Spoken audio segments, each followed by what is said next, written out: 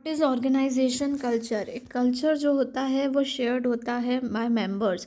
A culture is a system shared meaning by held by the members that distinguishes one organization to another. ये एक organisation है, इसको दूसरी organisation से कैसे डिफर किया जा रहा है? By a system of shared meaning held by the members. Share meaning held by the members that distinguishes one organisation from the another. अब इसके कैरेक्टरिस्टिक्स इंपॉर्टेंट है सातों याद करने के लिए. सबसे पहला कैरेक्टरिस्टिक्स है innovation and risk taking. Innovation and risk taking, the degree to which employees are encourage to be innovative and take risk. किसी ऑर्गेनाइजेशन के कल्चर पर डिपेंड करता है कि ऑर्गेनाइजेशन कितनी रिस्क एवर्स है वर्सेस रिस्क प्रोन कितनी है. उसके कल्चर से पता चलेगा कि वो कितनी रिस्क एवर्स है और कितनी रिस्क प्रोन है. यानी इनोवेशन और रिस्क टेकिंग कितना है, कितने डिग्री तक एम्प्लॉयज़ रिस्क ले सकते हैं और इनकरेज किया जाता है रिस्क लेने के लिए. Innovation and risk taking. फिर is attention to detail, the degree to which employees are expected to exhibit precision analysis and attention to detail. कितनी डिग्री तक एम्प्लॉयज़ को बोला जाता है कि आपको वो काम एग्जैक्टली वैसा करना है, यानी कि प्रिसीशन चाहिए. प्रिसीशन मतलब एक्यूरेसी, एनालिसिस एंड अटेंशन. कितने डिग्री तक आपके पास प्रिसिशन, एक्यूरेसी और मतलब जो एक्यूरेसी जिसे कहते हैं एनालिसिस एंड अटेंशन होना चाहिए, वो इस वाले में कहा जाता है अटेंशन टू द डिटेल.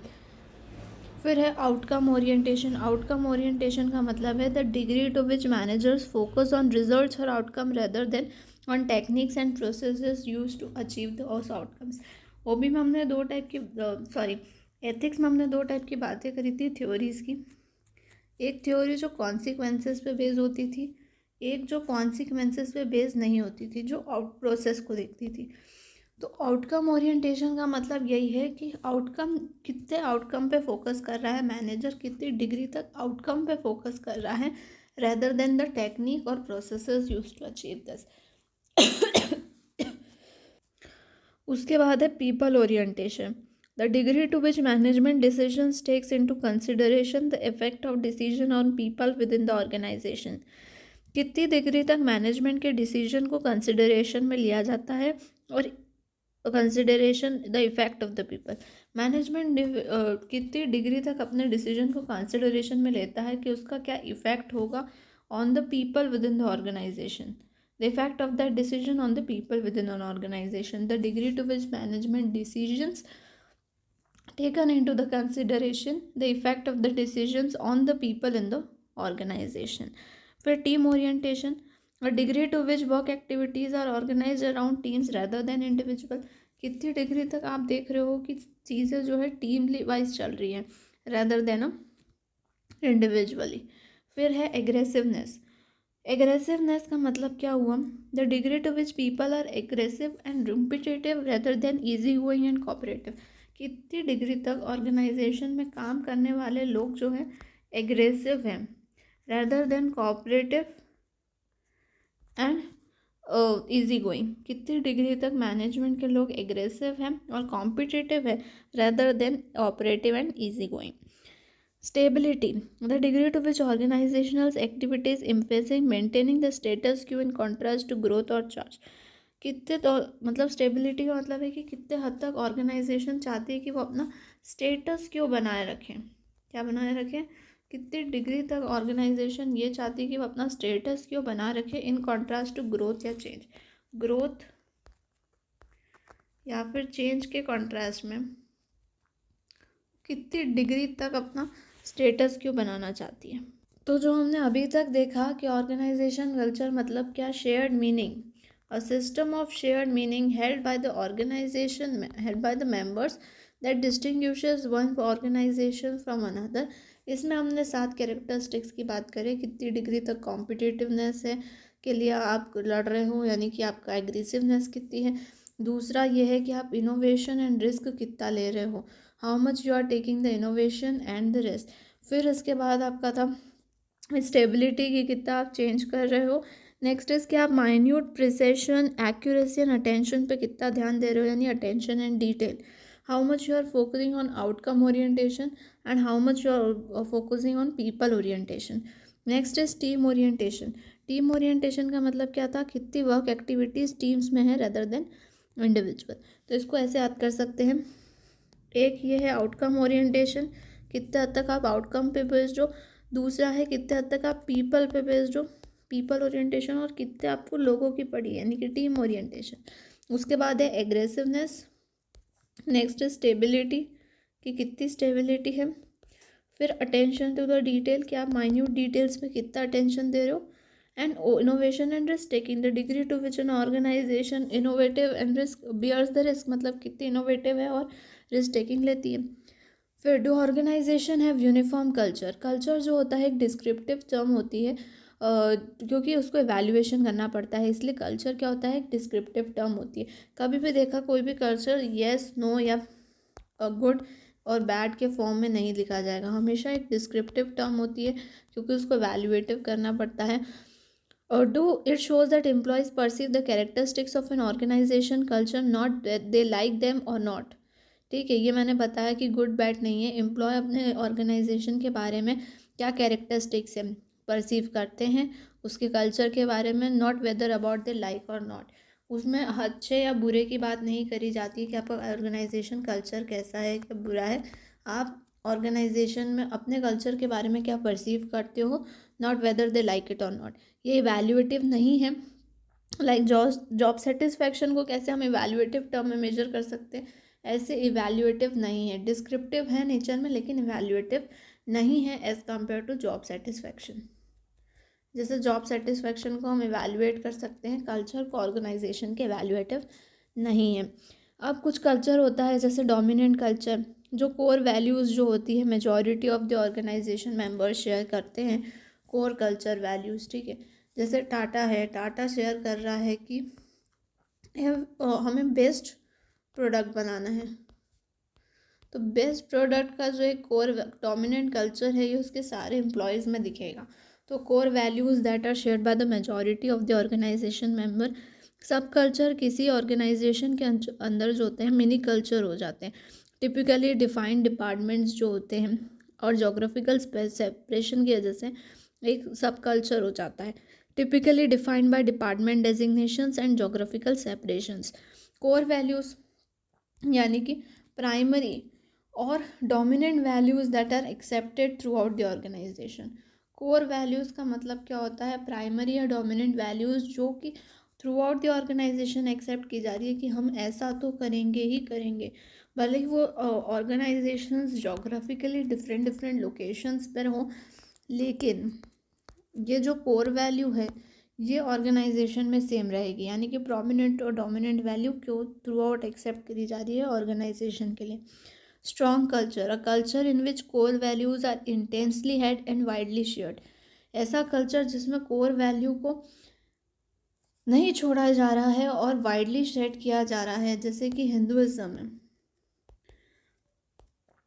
ठीक है, हिंदुइज्म अगर इंडिया में ऐसी वैल्यू है जो कि इंटेंसली हेल्ड की जा रही है मेंबर्स के लिए, और वाइडली आप देखोगे कि ये जो है हिंदुइज्म फैला हुआ है, so widely shared culture, so culture in which core values are intensely held and widely shared. तो do organizations have uniform culture अगर आएगा तो उसमें लिखेंगे कि ऑर्गेनाइजेशंस जो होती हैं बेसिकली डिस्क्रिप्टिव होती है, जॉब सेटिस्फैक्शन की तरह ये कोई इवैल्यूएटिव नहीं है। और एम्प्लॉयज़ अपनी ऑर्गेनाइजेशन के कैरेक्टरिस्टिक्स के बारे में क्या परसीव करते हैं ऑर्गेनाइजेशन कल्चर के कैरेक्टरिस्टिक्स पे, ये उसको लाइक देम और नॉट लाइक देम वाली बात नहीं होती है। फिर डोमिनेंट कल्चर जो थ्रू आउट द ऑर्गेनाइजेशन आप देखोगे कोर वैल्यूज़ जो majority of the organisation member share कर रहे हैं। सब कल्चर मतलब ऑर्गेनाइजेशन में मिनी कल्चर फॉर्म होते हैं टिपिकली डिपार्टमेंट्स के लेके। कोर वैल्यूज़ ये है डोमिनेंट वैल्यूज़ जो थ्रू आउट द ऑर्गेनाइजेशन आपको शेयर देखते हुए मिलेगी, एक्सेप्ट कर रहे हैं। स्ट्रॉन्ग कल्चर वो है जब आप कोर वैल्यूज़ को इंटेंसली होल्ड करके रखते हो और वाइडली शेयर करते हो। What do cultures gives, culture हमें सबसे पहले सेकेंड पॉइंट की तरफ देखेंगे, कल्चर हमें आइडेंटिटी देता है। कल्चर हमें क्या देता है, identity for its member. Culture conveys a sense of identity for its member, defines the boundary between one organisation and other. एक कल्चर ऑर्गेनाइजेशन कल्चर एक ऑर्गेनाइजेशन को दूसरी से अलग करता है, जैसे टाटा है और अडानी है तो उनके कल्चर जो है वो अलग अलग है। तो बाउंड्रीज क्रिएट कर रहा है वन ऑर्गेनाइजेशन एंड अदर्स में। सेंस ऑफ आइडेंटिटी बताता है इट्स मेंबर्स के लिए। Conveys the generation of commitment to something larger than the self interest. Culture से आप कुछ ऐसा चीज़ ज़्यादा करोगे जो आपके सेल्फ इंटरेस्ट से ज़्यादा बड़ी हो। enhances the stability of the social system we all are human beings lives in a social system, so it enhances the capability stability of the social system. Serves as a sense making and control mechanism for fitting employees in the organization. एक sense making और control mechanism है, ठीक है। और जैसे कि आप organisation जो होती है,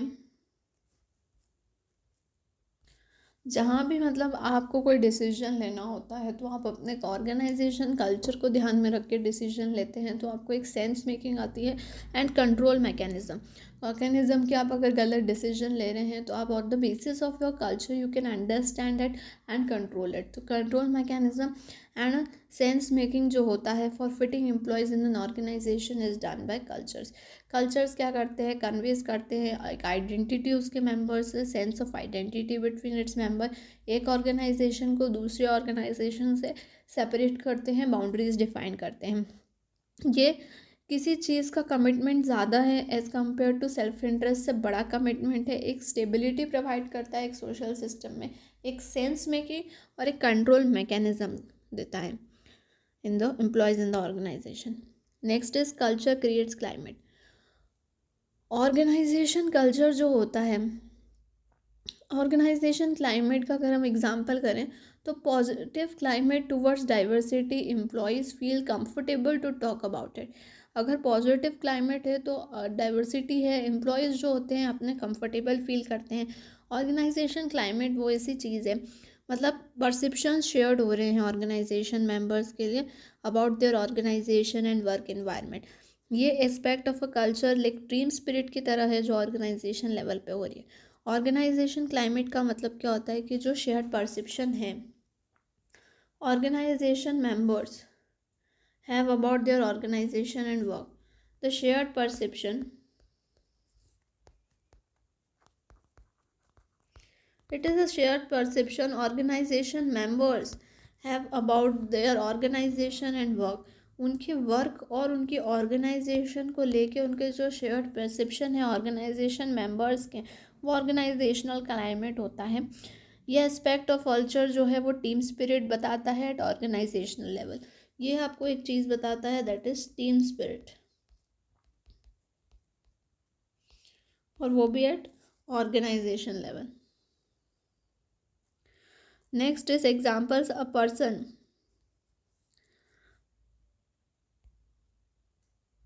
person who encounters a positive climate for the performance will believe others support his or her success। देखो अगर एक पर्सन जो होता है एक पॉजिटिव क्लाइमेट में रहता है, अ person who encounters a positive climate for performance, एक पर्सन को एक पॉजिटिव क्लाइमेट मिला परफॉर्मेंस में, वो बिलीव करेगा कि अदर्स उसके सक्सेस को सपोर्ट करते हैं, खुश हैं उसके सक्सेस से।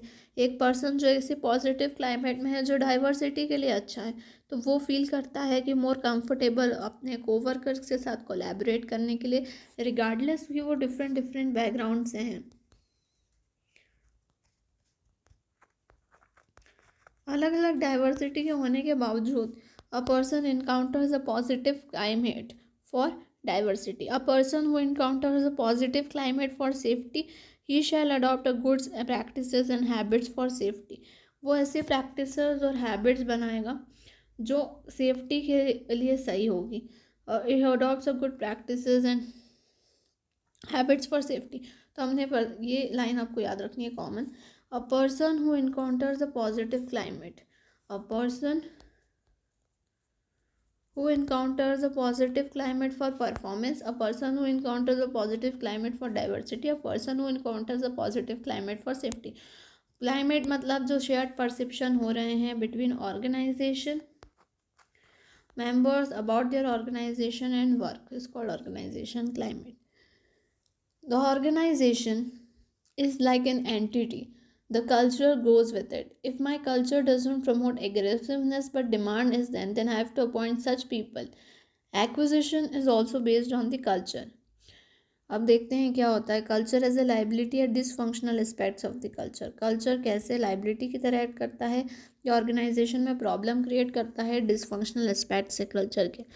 सबसे पहले है इंस्टीट्यूलाइजेशन। इंस्टीट्यूलाइजेशन जो पिछली वाली स्लाइड हमने गई, culture creates climate, organisational climate, ये इंपॉर्टेंट थी और ये एग्जाम में आ सकती है। Next is culture as liability है डिसफंक्शनल एस्पेक्ट ऑफ कल्चर। पहला है इंस्टीट्यूटलाइजेशन, a condition that occurs when an organization takes on a life of its own apart from its member and acquires immortality. It starts growing, getting valued for itself and not for its goods and services. एक ऐसी organisation जो खुद एक अपनी ज़िंदगी जी रही है, उसके मेंबर्स की ज़िंदगी छोड़ के वो एक खुद ज़िंदगी जी रही है, वो अमर है, एक्वायर्स इमॉर्टलिटी। वैसे वो अपने खुद के लिए वैल्यू होने लगी है, not for its goods and services. जो वो कर रही है उसके लिए वो वैल्यूड है। For example Tata is an organisation who is living a life of its own, and apart from its members it acquires an immortality. It has been valued for itself rather than by goods and services. It's called as institutionalization. Next is barriers to change. Barriers to change कब होगा? जब किसी का culture values जो है align नहीं होता है वो नेसेसरी वैल्यूज़ के साथ रैपिड चेंज के। जैसे कि मेरा नेचर नहीं है कि मैं एग्रेसिव हूँ, मेरा कल्चर प्रमोट नहीं करता, लेकिन डिमांड है, तो मुझे ऐसे लोगों को अपॉइंट करना चाहिए जो उस केसेस पे बेसिस हो। अब अगर मेरा ऐसा कल्चर है कि मेरी वैल्यूज़ जो है वो अलाइन नहीं है, तो with very that is values are necessary for rapid change, or barriers to change occurs when a culture values are not aligned with the values necessary for rapid change. हमारी values जो necessary change के लिए values चाहिए, उसके साथ अगर हमारी values जो है वो अलाइंड नहीं है, हमारी वैल्यू कहीं और है और वैसे सारी वैल्यूज़ फॉर रैपिड चेंज कहीं और है, तो ये एक बैरियर की तरह एक्ट करेगा। नेक्स्ट अगर हम इसमें देखें barriers to diversity. Strong cultures put considerable pressure on employees to conform, which may lead to institutionalized bias. एक कल्चर होता है, स्ट्रॉन्ग कल्चर है, बहुत स्ट्रॉन्ग है, हमारे इन्फ्लुएंस है, तो वो एम्प्लॉयज़ पे प्रेशर क्रिएट करता है कि उसे उस तरह से ऐड करना है। वे मे लीड टू इंस्टीट्यूशनलाइज्ड बायस। वो एक बायसनेस की तरह ऐड करेगा कि वो उस चीज़ को जो है प्रेशर की वजह से कर रहा है। तो स्ट्रॉन्ग कल्चर जो है वो कंसिडरेबल प्रेशर डालता है एम्प्लॉयज़ के ऊपर, विच में lead to institutionalised bias. Barriers to acquisition and merger. Incompatible cultures can destroy an otherwise successful merger. अब अगर हम उन कंपनीज़ को जनरली मर्जर्स और एक्विजिशन में एक्वायर करते हैं जिन कंपनीज़ का और हमारा कल्चर जो होता है वो अलाइन होता है, अगर आपके इनकम्पैटिबल कल्चर्स हैं तो वो आपको डिस्ट्रॉय कर सकते में otherwise destroy an successful merger. That is barriers to acquisition and merger. तो कल्चर एज अ लाइबिलिटी में हमने सबसे पहले क्या देखा? इंस्टीट्यूटलाइजेशन। इंस्टीट्यूटलाइजेशन का मतलब है ऑर्गेनाइजेशन जो है अपनी खुद की एक ज़िंदगी जी रहा है, अपार्ट फ्रॉम इट्स मेंबर वो एक इमॉर्टलिटी की स्टेज पे है, वो अपनी वैल्यूज़ के वजह से वैल्यूड होने लगा है। Itself, it gets valued for itself, not for its goods and services. Barrier to change. अगर हमारी कल्चर वैल्यूज़ अलाइन नहीं है नेसेसरी रैपिड चेंज के साथ, वैल्यूज़ फॉर रैपिड चेंज, तो हम बैरियर टू चेंज में। फिर barrier to diversity. Strong culture जो होता है वो कंसिडरेबल प्रेशर पुट करता है एम्प्लॉयज़ के बीच में कन्फर्म करने के लिए, यानी कि हाँ बोलने के लिए, विच में lead to an institutional biased. Barriers to acquisition and merger. Incompatible cultures जो होते हैं वो अदरवाइज सक्सेसफुल मर्जर को डिस्ट्रॉय करके रख सकते हैं। How culture begins. बहुत सारी ऑर्गेनाइजेशंस जो हैं वो बनी है ताकि वो नीड्स को फुलफ़िल कर सके। एज अ फाउंडर आपका कुछ विजन होगा, मिशन होगा, कुछ थॉट्स होंगे। From the action of the vision the culture begins. आप जैसे ही अपने एक्शन करते हो विजन के, तो आपका कल्चर बिगिन हो जाता है। हम उन पीपल्स को हायर करते हैं जिनका सिमिलर विजन होता है, and culture propagates as organisations grow. जैसे जैसे ऑर्गेनाइजेशन बढ़ती जाती है कल्चर ग्रो होता जाता है। Through various methods people are trained according to the organisation culture. जैसे कि जे.आर.डी. टाटा की जो बुक्स हैं वो ऑर्गेनाइजेशन को डेवलपिंग करने में हेल्प कर रही है। तो कैसे कल्चर बिगिंस होता है? stems from the actions of founder as they have a vision of what the organization should do. मैंने कहा था फाउंडर्स के पास जो विजन होता है ऑर्गेनाइजेशन को करने के लिए, जब उसको एक्शन में लाते हैं, यानी stems from the actions of the founder, this they have the vision what the organisation should be, what organisation should be. Founders जो हायर करते हैं ऐसे एम्प्लॉयज़ को रखते हैं जो फील करते हैं same way as they do. Founders indoctrinate and socialize this employees to their way of thinking and feeling. वो उन एम्प्लॉयज़ के साथ सोशलाइज करते हैं, इंडोक्ट्राइन करते हैं कि उनका वे ऑफ थिंकिंग एंड फीलिंग को उस तरह से लेके जाए। The founder's own behaviors act as a role model that encourages employees to identify with them and thereby internalizes their beliefs, values and assumptions. Founder का बिहेवियर अगर अच्छा होगा, अगर उनका जैसे कि बिहेवियर टाटा का अच्छा है, रतन टाटा का, तो वो एक रोल मॉडल की तरह एक्ट करते हैं जो एम्प्लॉयज़ को हेल्प करते हैं identify them and internalize them as their beliefs, values and assumptions. अब summary, how organization culture form. Organization culture कैसे बना था? सबसे पहले ऑर्गेनाइजेशन कल्चर जो था वो फाउंडर से डिराइव हुआ। फाउंडर के विजन को जब हमने एक्शन में कन्वर्ट किया तब ऑर्गेनाइजेशन कल्चर बना। Next is they are sustain through managerial action. Managers उस तरह से एक्ट करते जाएंगे तो वो सस्टेन होता जाएगा। So they are sustain through managerial action. पहला इसमें पॉइंट है philosophy of organizations founder. Organization के फाउंडर की कुछ फिलोसॉफी होगी, उसने कुछ सोच रखा होगा कि मुझे इस तरह से काम करना है, I have to do this way this thing, तो उसकी कुछ सोच होगी। फिर सिलेक्शन क्राइटेरिया, उस बेसिस पे वो एम्प्लॉयज़ को सिलेक्ट करता है जो उसका विजन है। नेक्स्टली जो है वो टॉप मैनेजमेंट में कुछ एम्प्लॉयज़ जाते हैं, कुछ एम्प्लॉयज़ सोशलाइजेशन में जाते हैं, ठीक है। अब एम्प्लॉयज़ टॉप मैनेजमेंट में कुछ एम्प्लॉयज़ गए, कुछ लोअर में गए, तो सोशलाइज कर रहे हैं। टॉप मैनेजमेंट क्या कर रहा है, उनसे सोशलाइजेशन कर रहा है सिलेक्शन क्राइटेरिया के बाद। फिर ये सारी चीज़ें जो है वो मिला के ऑर्गेनाइजेशन कल्चर की तरफ जाती है।